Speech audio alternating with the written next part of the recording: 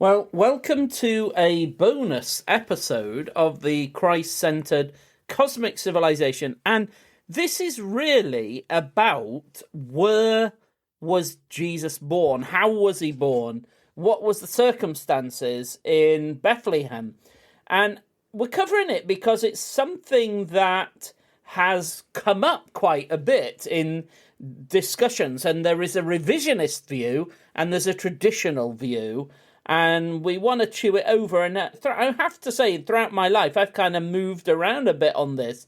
Sometimes feeling, oh, well, that kind of revision view was interesting. And I was kind of, oh, that kind of might be true. And then as I've done more research, I'm less persuaded by the revision review and more persuaded by the traditional view. But we'll get into it. And the traditional view, and this is sometimes in the literature I've read recently, this is attributed to like a modern Western view. Because if you want to make an idea seem unacceptable, you only have to call it a modern Western view. And then you're being given clues to be told obviously wrong. But actually, it's not a modern Western view, but this is the view. You do get it in sort of 19th and 20th century Western carols and Christmas cards and so on. But you actually mostly get it in the very early church documents describing the circumstances of the birth of Jesus. You'll know if you're following the Christ-centered cosmic civilization. At the moment, in our main episodes, every Thursday, we're going through these ancient accounts from the Magi. And in those, the Magi come, and invariably, in those ancient accounts, particularly from the East, from Asia, Jesus is in a cave.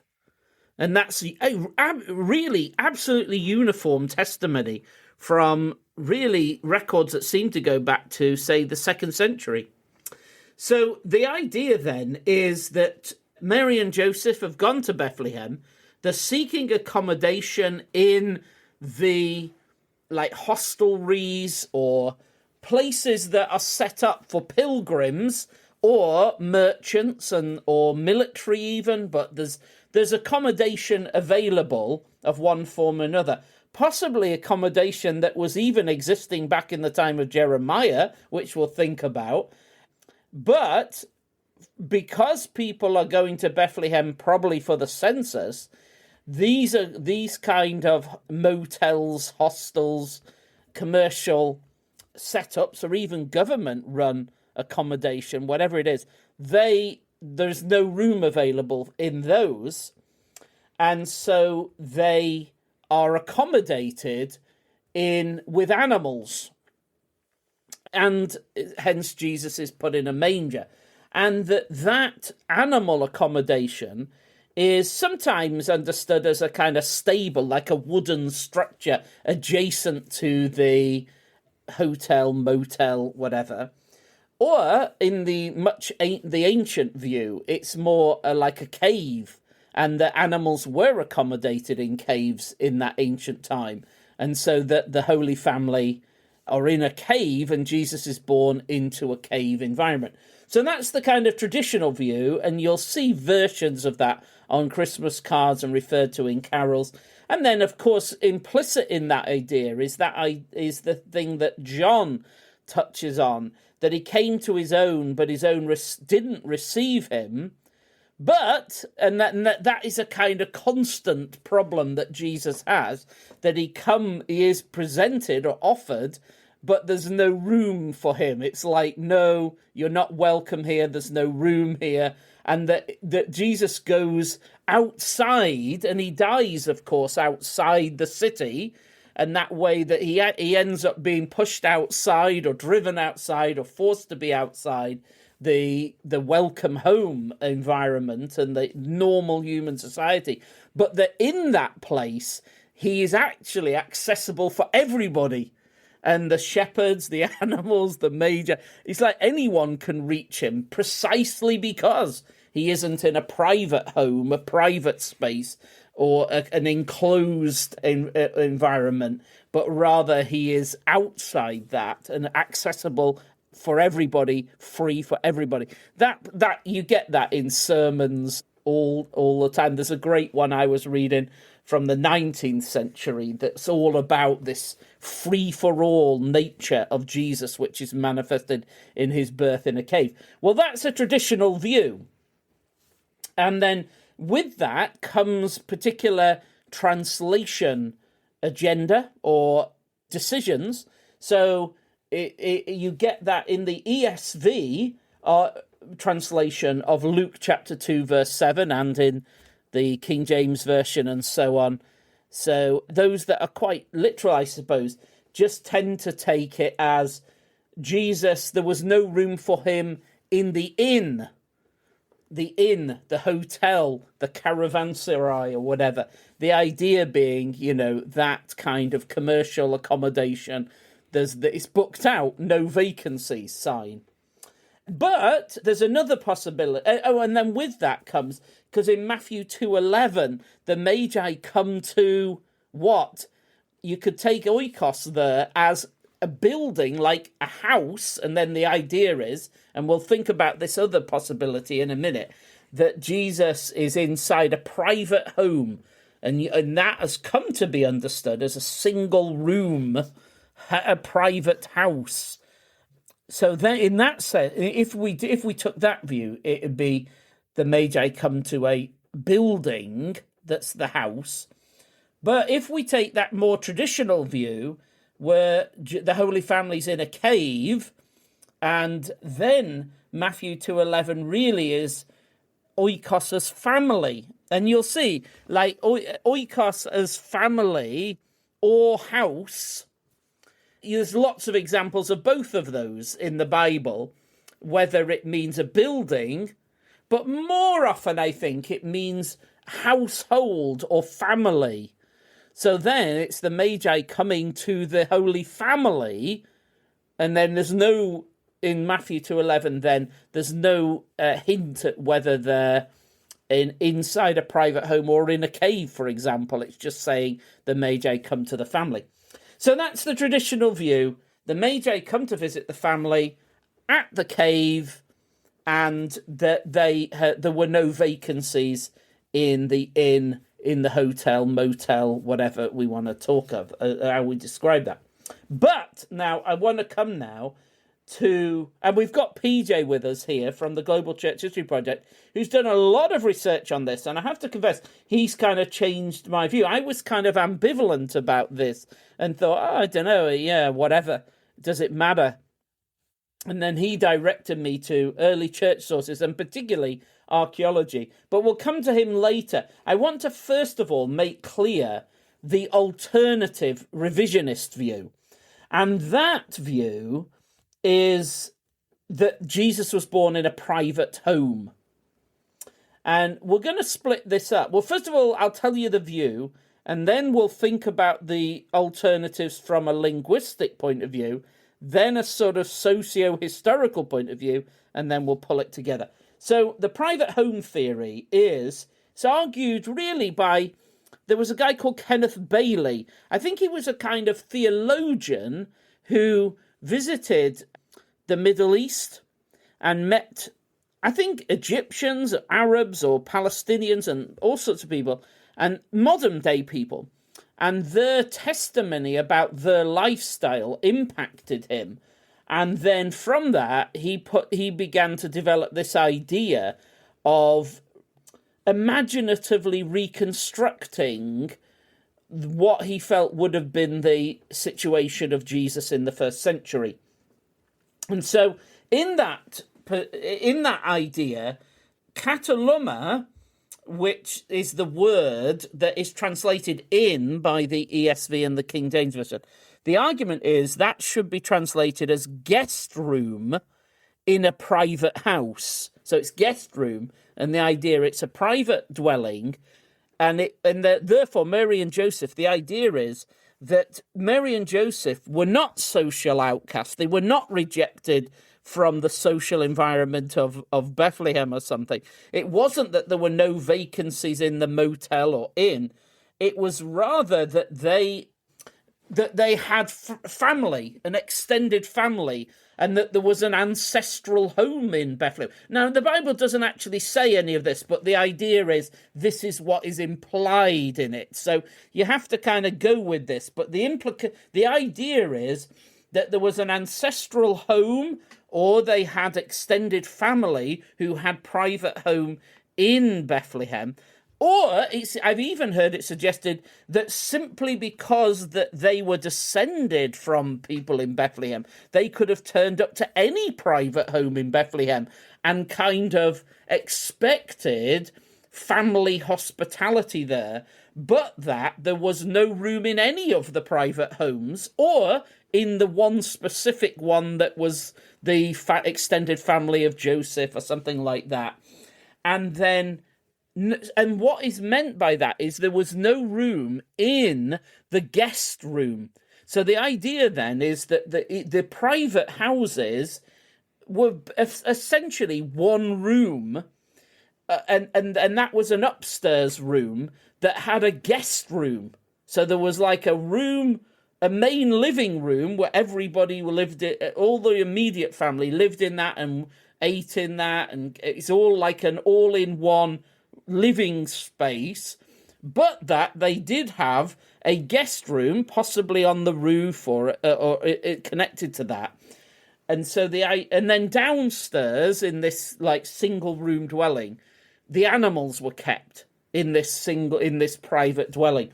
So the idea then is Mary and Joseph have turned up to this extended family accommodation in Bethlehem.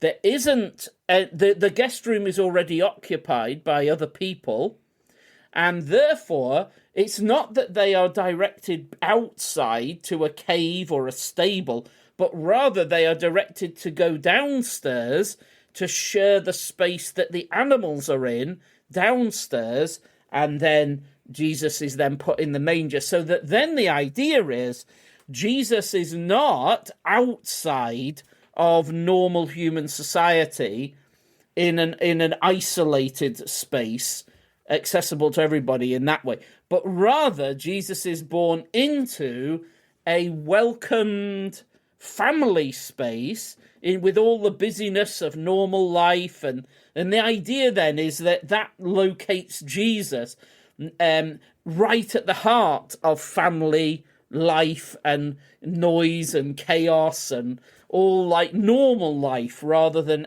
outside of normal life. So the idea is that it's better to preach the Christmas story as not Jesus is out. There was no room for Jesus. Make sure there's have you got room for him? That's the traditional way of preaching that, and rather the idea is the challenge from the revisionist view is Jesus was born at the heart of family life with all the mess and noise and busyness of family life, and therefore he is available to you in all the busyness of family life now.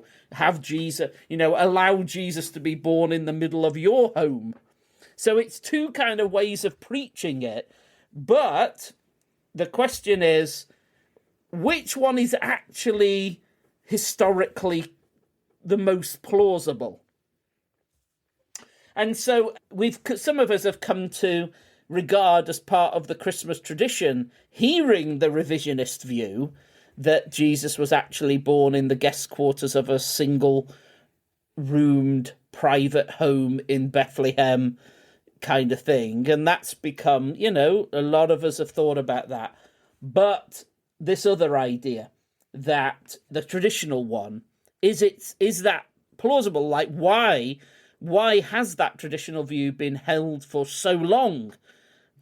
I mean, sometimes you might say, oh, well, the ancients and the people right down to the 19th century, they weren't really studying carefully enough, or they didn't understand the language or the archaeology or things like that. And those ancient Eastern church fathers didn't understand ancient Eastern culture, even though they lived in it. Nevertheless, we now do understand that better now, and that an American visiting the Middle East in the 20th century is more able to understand Middle Eastern culture than the Christians who've lived there for hundreds and hundreds of years. It could be that Kenneth Bailey is able to do that, or was able to do that. But it might not be true. It might be that the traditional view is more plausible. So we're going to ask PJ to summarise for us some of the reasons why the traditional view and the idea that Mary and Joseph were turned away from a professional hostel, a caravanserais, whatever that is. We'll ask him to do that. And is it possible, a lot of the discussion seems to be, what is a kataluma? That's the word Luke uses. Now he uses it elsewhere, doesn't he? And isn't the other way? Let's first of all ask you to this, because the argument, as I've understood it, is that the way Luke uses it, because Jesus later is looking to have his Passover meal in a room in Jerusalem. And the argument I've heard is Luke uses this word that can only mean a private guest room in a one-roomed house or something. But is that true? And what does kataluma mean? Just if we look at the actual usages of it in the Bible, in the Septuagint, in New Testament, Old Testament, and wider literature. I'll hand over to PJ. Well, I think we do appreciate any attempt to just understand the Bible, only looking at the Bible and not looking at any archaeology or literature or anything about the word kataluma and just think, oh, there's this upper room here, and then we think that must define it. But it is kind of important with language to understand what does this word actually mean in its context, and we do look at... Oh, and when we looked at the, Mark 14:14 and everything, and the Last Supper where Jesus says, go and talk to the landowner, the house owner, or the event organizer, or however we take the sort of the word for it's like oikodespotes, yeah, like the master of the house, which sometimes means an event organizer or even a bartender, but so it's the property owner.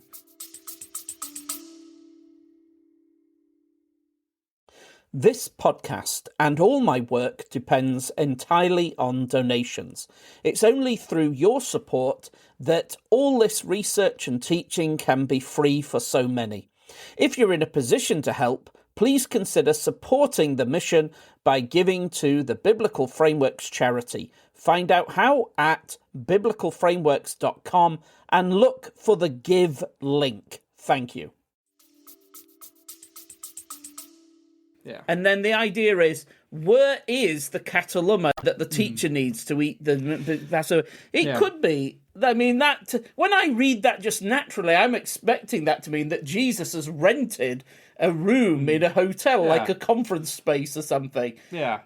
I agree that it is totally within so it is a particular meaning they're reading onto this other passage. Even if we enjoy the fact they're trying to work from the Bible. Yeah, I do like that. I do like that. Yeah. But that is ambiguous to me. It doesn't... when I read it, just naturally, it doesn't require that he's asking where is the guest room in a private house. It reads to me like he's made arrangements. He's rented a space commercially. Yeah. Yeah. So that is the thing when we look at the word kataluma. Mostly, and you get this in the sort of Liddell dictionary and so on, and they bring their citations, mostly sort of means an assigned quarters or assigned, so that can be different things. You can pay for a place and then you get assigned a room, like in a hotel, but you can also, barracks is a common word that we see associated with it, that you see it in a lot of military context and that sort of thing, but that's in broader literature. There's a much more sort of pertinent, a much more immediate, if we want to root it in its first century Israelite context. There's an inscription called the Theodotus inscription, and it literally gives us a definition of kataluma, which is very helpful. So basically there's this guy called Theodotus. He's an archaeosynagogue. He's the leader of synagogue. His dad is, and his granddad was. So he's come from this illustrious line, and he's quite wealthy, but he's using his wealth to fund a kataluma. And he explains what that is. He says it's a multi-room complex. It's got many dormitories. It's got guest rooms in it. And he uses a different word than kataluma for the guest room, notably. And it's also got running water systems, which is very important here, just for understanding exactly what was required. And he says the reason he does all this is for needy travellers. So what was required for needy travellers included running water. And a key reason for that in the first century Israelite context is ritual purity. That you've got the temple and all of worship is built around this temple, and you have to be ritually pure to enter into it. We see with Paul, when he's done all his missionary stuff, he's been careful not to break ritual purity laws so he can just go straight into the temple. This is a big concern where they don't let people in. So if you're a pilgrim coming from afar, you need to stay in somewhere where you can remain ritually pure. And the Pharisees are sort of often in charge. Sometimes it's the Sadducees, they're battling it out. But there's a popular consensus agreeing with the Pharisees. And we see in Mark's Gospel, they wash their hands even after buying anything from the market. So it could just be corn, let alone any animal products or something that might be more defiling. You've got to ritually wash. So I think the idea that you would have pilgrims coming to the temple who would then be in a shared space with animals and manure and all that goes with that. It's not totally believable. Yeah, I don't think so. And it wasn't just in Israel. We can put it in its broader Near Eastern context. We find caravanserai sanctuaries all throughout the Levant and beyond, but especially the Levant. It's quite interesting to see. And these places, for other cultures, for Phoenicians, for Syrians and others, they provide running water for ritual purity, but there's obviously different, for a Baalite, there might be different ritual purity things, and they've got facilities for that. But you sequester the animals, you've got running water for ritual purities and all of that. That is considered necessary for travellers moving to and from Jerusalem especially, or for any ritual purpose. So I think the idea that the expected norm was to stay with animals, or, in a single room area where we've just got animals running around, and apparently no running water, because the models they've got for this are very simple houses, which we've also found that archaeologically doesn't match up with what the archaeology is at all. We've looked at dozens of houses we've looked at, but we'll come to the archaeology more in a moment. I'd like to just stick with the kataluma meaning, and there's a couple of points that we could just examine here. That proponents, some would argue, this point about Mark 14:14 and Luke 22:11 is a private guest room, the upper room where Jesus held it, and this idea then that the guests are in a shared space with animals. So does that mean that they're arguing that they ate the Passover and there are animals milling around at the Passover, which again is not the best possible preparation for ritual cleanliness. And we heard it pointed out recently. A vicar had told us that one thing that really goes against that theory of you've just got animals milling around single-room dwellings all the time is because in the law of Moses, you're supposed to bring in a Passover lamb when you're preparing for Passover, and only then. And so that's that's the exception that proves the rule. It's that you've got this one time where you have animals within your dwelling. So it can't at all be the case within an Israelite community that you've just always got these animals, because then when you bring the lamb in, you can't bring the lamb in. It's already in. And there's no difference. That's a very powerful point. But also, I noticed that Jerome, who lived in the Middle East, didn't he? And that's one of his big things. He's often writing to people like Augustine and saying, whoa, hang on, make sure you understand this in its linguistic historical context. When he translates the word in his Vulgate, he just translates it as diversorium, meaning a lodging. meaning a hotel. He just goes with that. So he does that. He understands it that way. But what about this argument? Oh, the other thing that I found... Well, we'll come to that in a minute. Let's first of all do... Luke apparently has one time, he has this other word, and it's in the parable of the Good Samaritan, and it's pandakaion, which means like a commercial inn or something like that. And the Good Samaritan entrusts the injured person to such a place. And that does look, straightforwardly some sort of like place where strangers could be looked after. So he's like, the argument I've heard then is, if Luke is trying to indicate like a hotel, he would have used that word that he uses once in Luke 10:34, and that is the word you would use for a lodging place, whereas kataluma is only ever used of a private dwelling. So, yeah, the problem with that, it's never used of a private dwelling. Oh, wow. So kataluma is never used of a private dwelling. The only potential one, Polybius Histor mentions Hasdrubal was killed in his own quarters, and some people argue, that's like a private dwelling.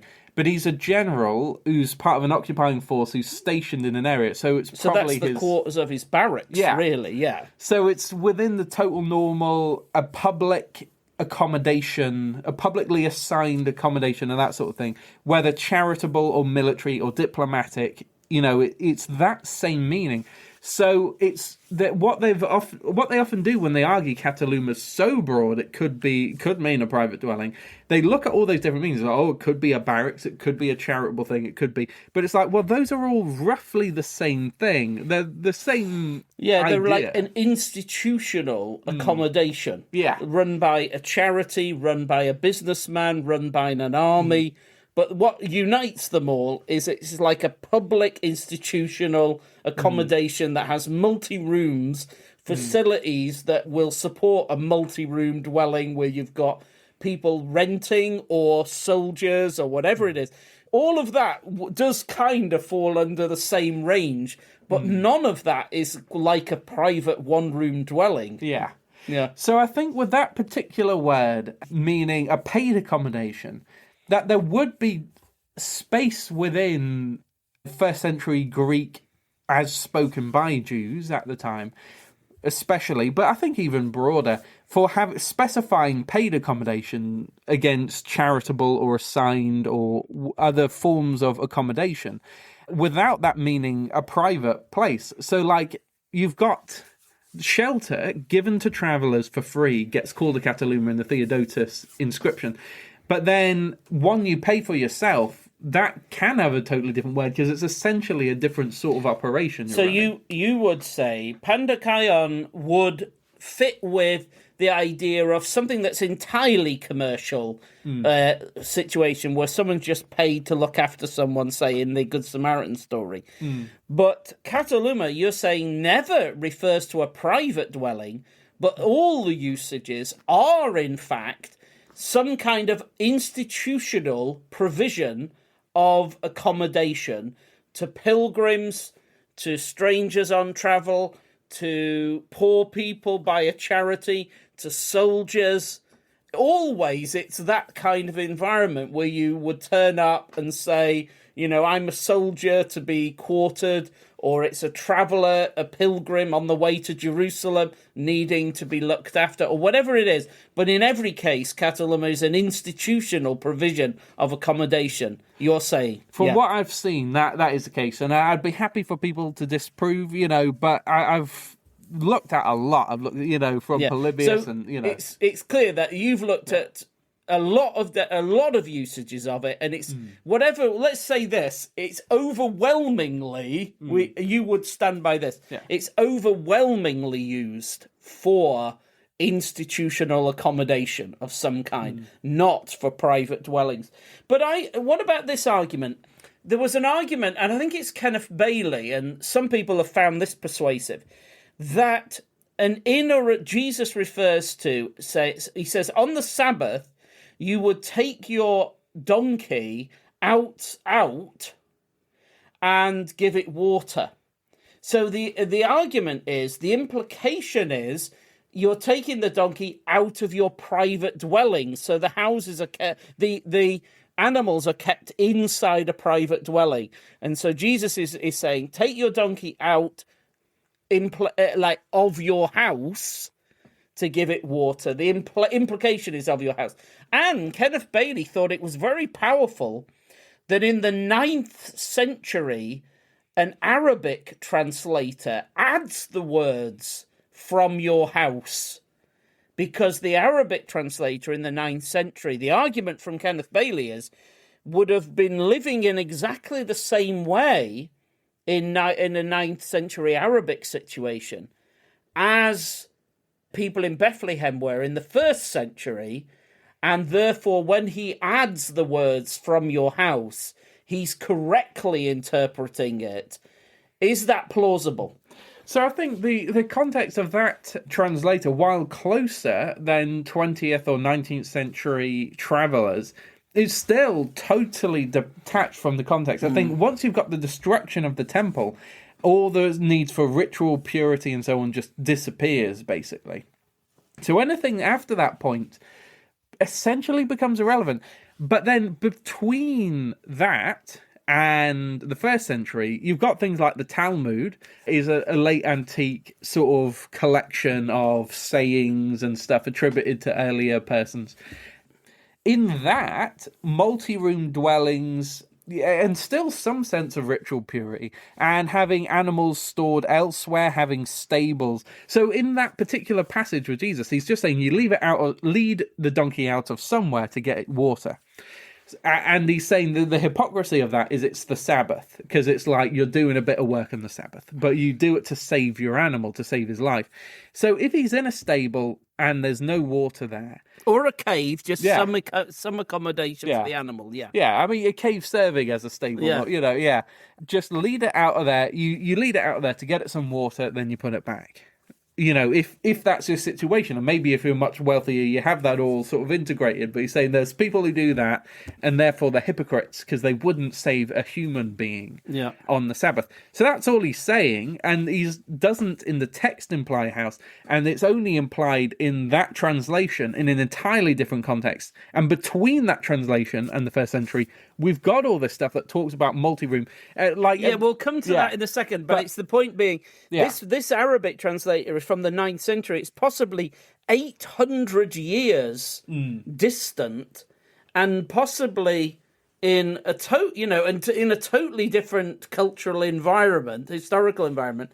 And in between them, they've had the destruction of the temple, which has changed things entirely in terms of ritual purity. There's also been the rise of Islam, which has totally changed the environment and impoverished a lot of people. So there might have been people actually genuinely living in single rooms like afterwards, because Islam always brings impoverishment. It never brings wealth. So that's happened. And so it'd be like me commenting on the accommodation of English crusaders on their way, saying, the people setting off from southern Wales to go on crusade in, say, the 1200s or something. And whenever I travel, I like to travel in this way.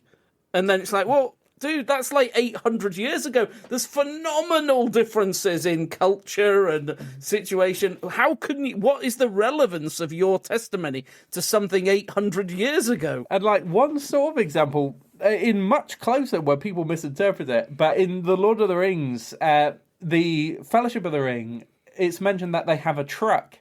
A truck. And so people are like, why not just drive the truck to Mordor? Because it meant something like a cart, or a bit like a small cart at the time. It meant something totally different. And so, just within 100 years, we've got this word that we now use. So we would use it in the same sentence. It's like, I'm going to London, I'm going to take my truck. Yeah. Both persons could say it and mean something entirely different. So that's within 100 years. Within, you're changing language. There's no temple anymore. It's totally different people groups have settled into the area with totally different cultures and ideas about what's clean and unclean. Yeah. There's no way they know exactly what the meaning of this is. It's just a warning to us, isn't it? Kenneth Bailey does argue that oral traditions are very stable and things mean exactly the same for huge amounts of time. That, I'm not sure, is plausible, or at least as plausible as he thought it was. And it just means that sure, an Arabic translator in the 9th century thought something meant something.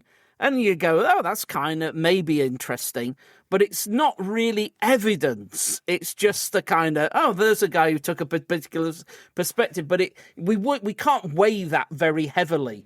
Still less can we weigh heavily when Kenneth Bailey references people he met in Palestine in the 20th century, and he literally at times says, this is how they live now in the 20th century, and I imagine that's how they lived in the 1st century. Again, I find that, to be honest, it was reading that shifted me away from believing him. I was kind of open to being persuaded by the revisionist view, but when I read Kenneth Bailey, I thought, oh my days, like, that's quite poor. That's not good enough to project back from far later sources. There must be more to it than that.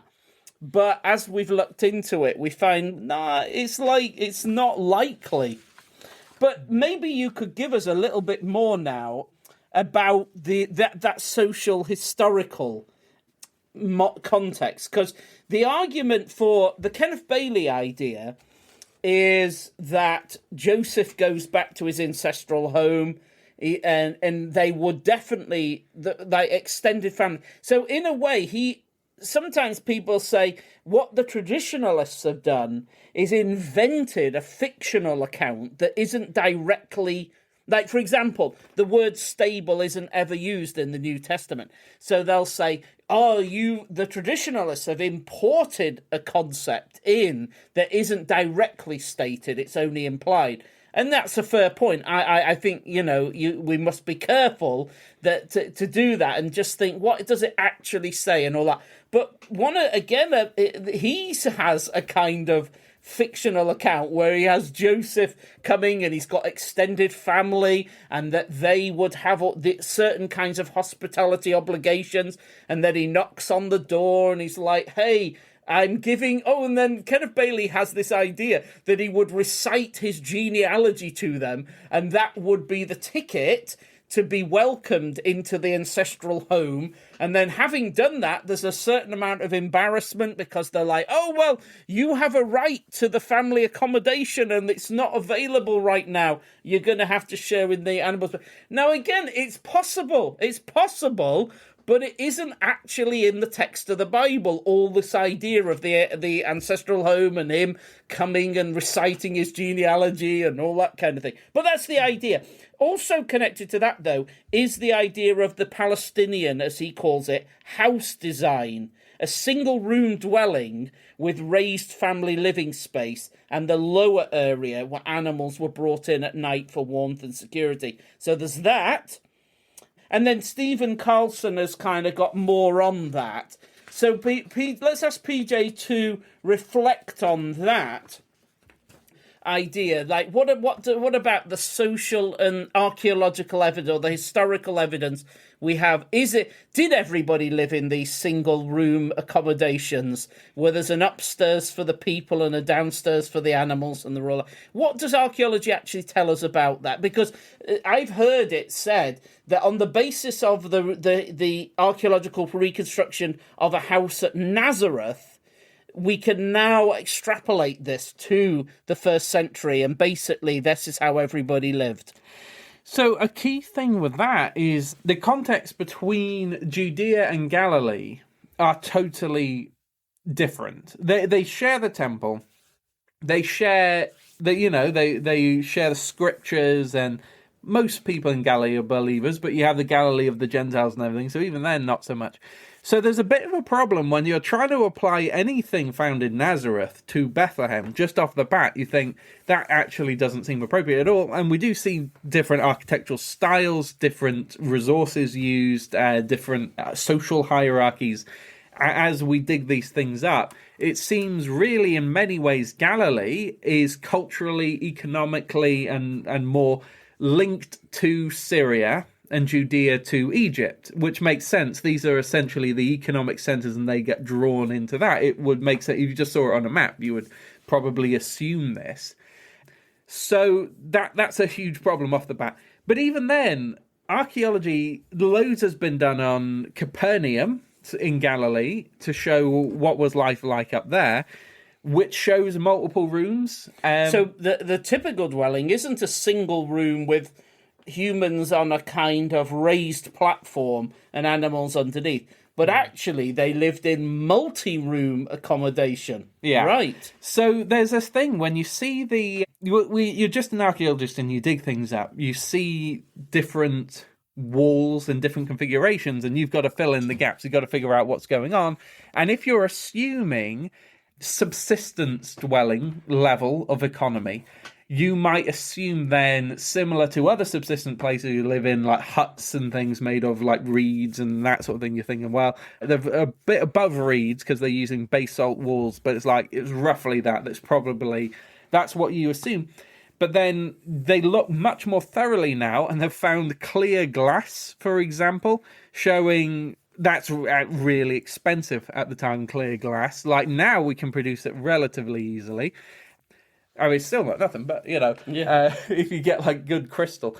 But so they've got this just cutlery and crockery and all of that, pure, clear glass in Capernaum. And then other things, they found coins from quite far away, showing they're trading with other people. So part of the subsistence model is the idea each village produces everything they need, and they're all just dependent on the people next door, and they don't trade to and from anywhere else.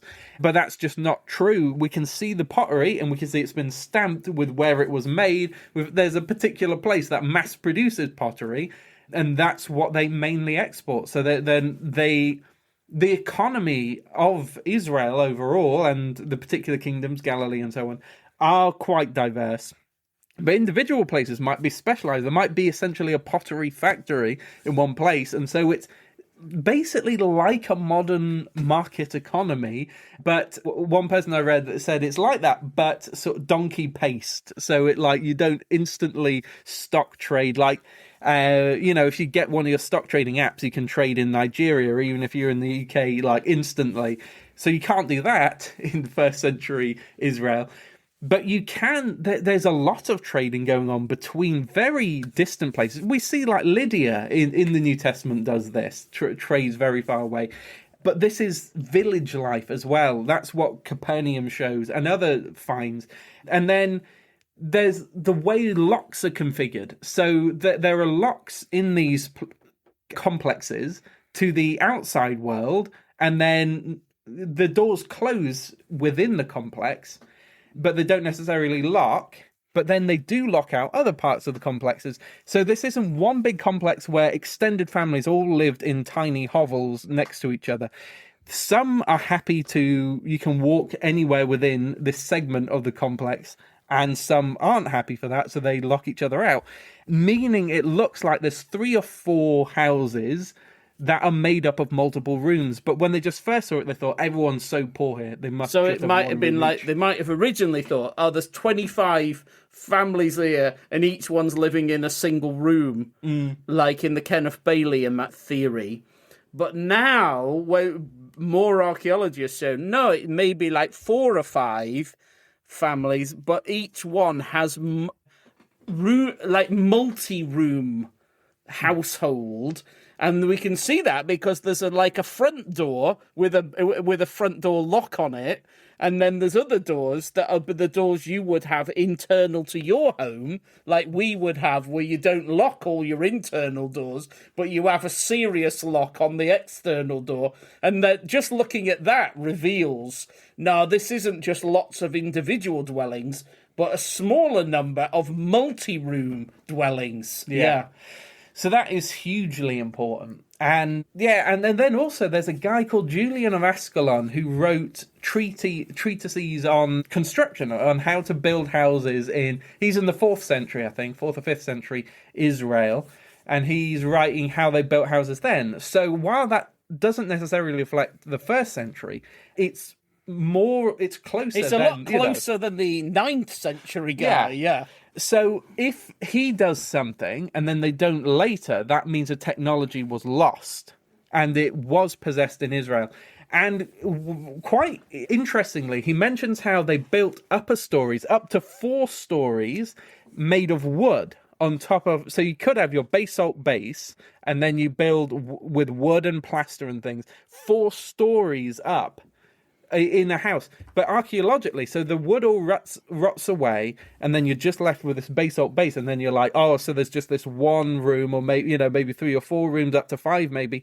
But he's like, no, he tells us what he had seen, and built. So, and this was a definitive treatise. This was how to build houses at the time that he did.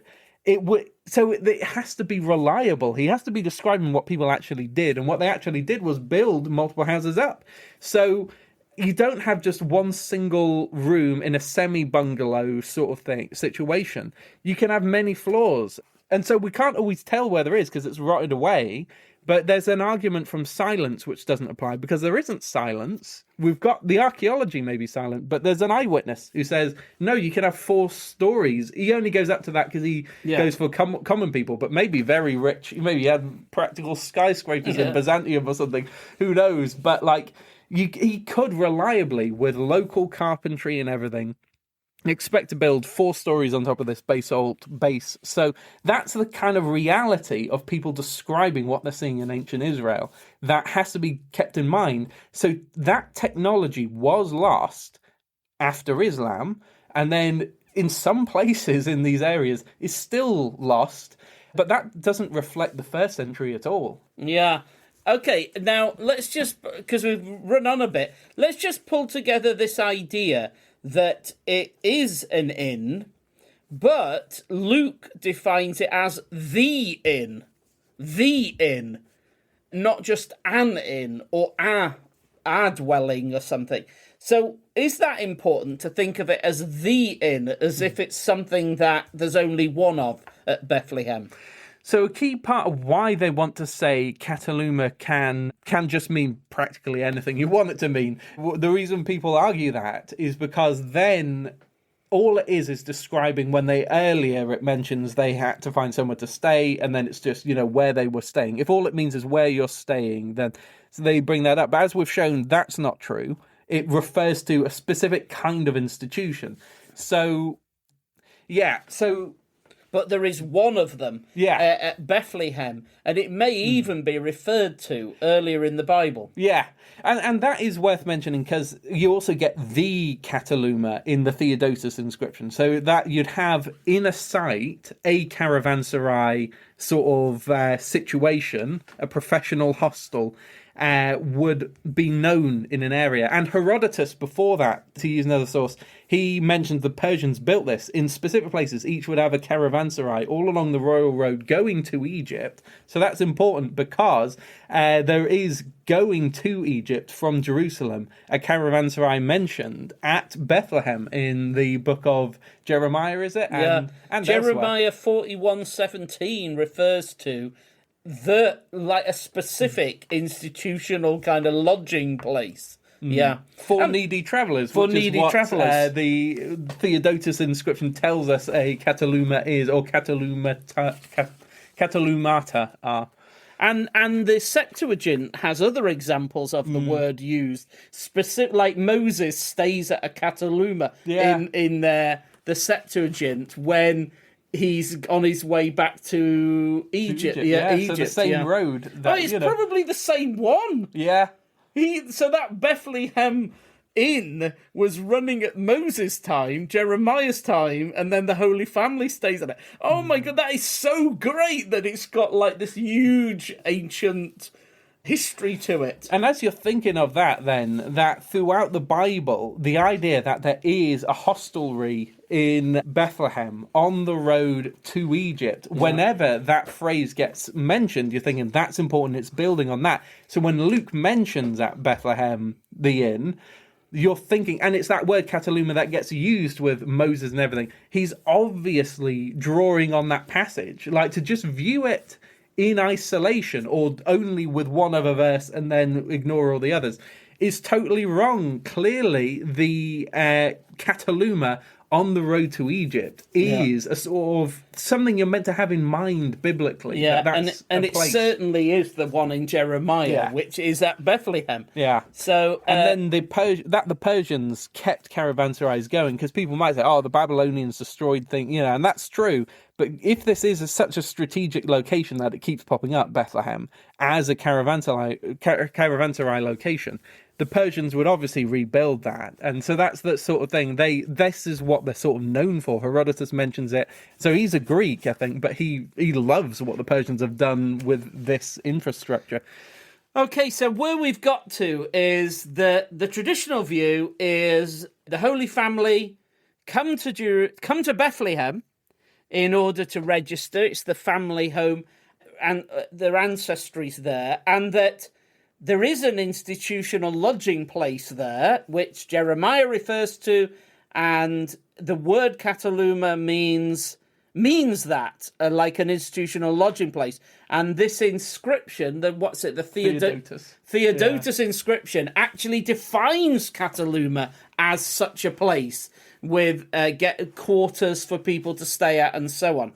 And therefore, when there is no room in that institutional lodging place, the Holy Family end up with accommodated with the animals, which is the Bible doesn't define that as either a wooden structure or a cave or anything, but the very earliest memories of it, universally so in the Eastern Church, is that he was born in a cave and with the animals in a cave. So that's the traditional view.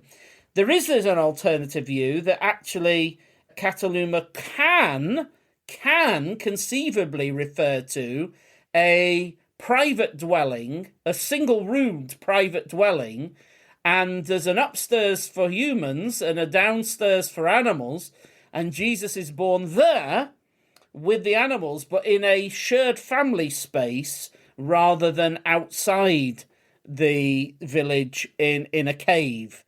And then people derive different sermons from that. I have to say, I've come increasingly... I'm increasingly not persuaded by Kenneth Bailey's revisionism. What I do like is the desire that people have to say, well, what does the Bible actually say? And let's go back to that and stick really, really closely to the text of the Bible. I like that. But I think what PJ's helped us see is that even when we do that, it still supports the traditional view of the birth of Jesus. PJ, if people wanted to, you've written a lot about this with extensive footnotes. How could a person access that if they really want to go deeper?